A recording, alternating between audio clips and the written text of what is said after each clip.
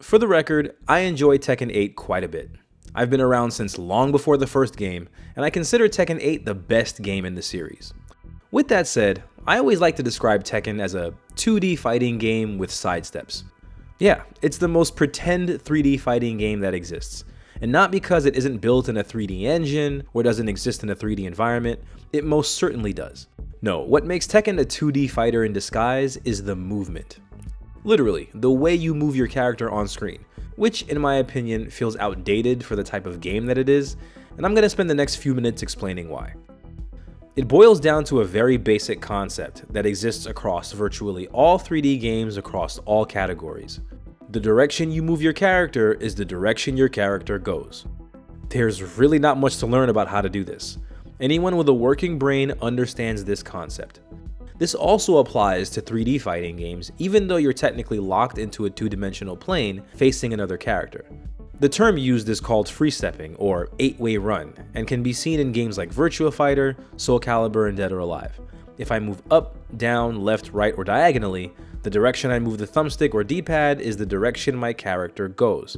Full 360-degree movement at your fingertips like any other game you would play. This changes slightly when you're in a two-dimensional plane. Up is truly up and down is truly down, whereas in a 3D environment, you're simply moving to a different area on screen. Unlike Virtua Fighter, Soul Calibur, or DOA, Tekken still controls like a 2D fighter. When you press up in any direction, you jump. When you press down, you crouch. So how exactly can you get out of a 2D plane in Tekken, given that it's a 3D game? Well, there is sidestepping, where you can quickly dodge left or right, but Dead or Alive and Virtua Fighter have sidestepping as well. I just want to be able to freely move around and work that into the neutral. The other option in Tekken is to side walk, where you first sidestep in any direction and then hold that direction. And then that's the only direction you can walk in. So technically you can't really free step in Tekken.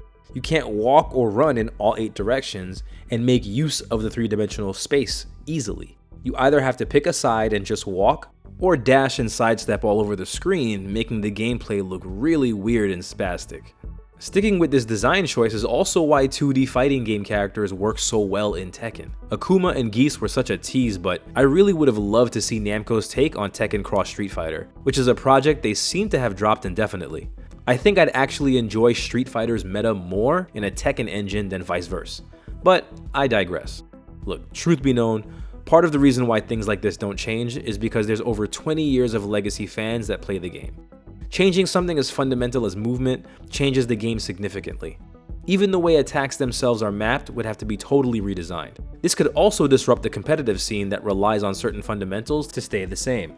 As they say, the profit motive always stifles innovation, but we'll cover that topic at a later date. In conclusion, unlike UFC or 2K, fighting games don't get annual releases, so this is the Tekken we're stuck with for the next 8 to 10 years. Do you think the movement in Tekken should change by the next iteration, or should it stay the same? Let me know in the comments. As always, thanks for stopping by and see you next time.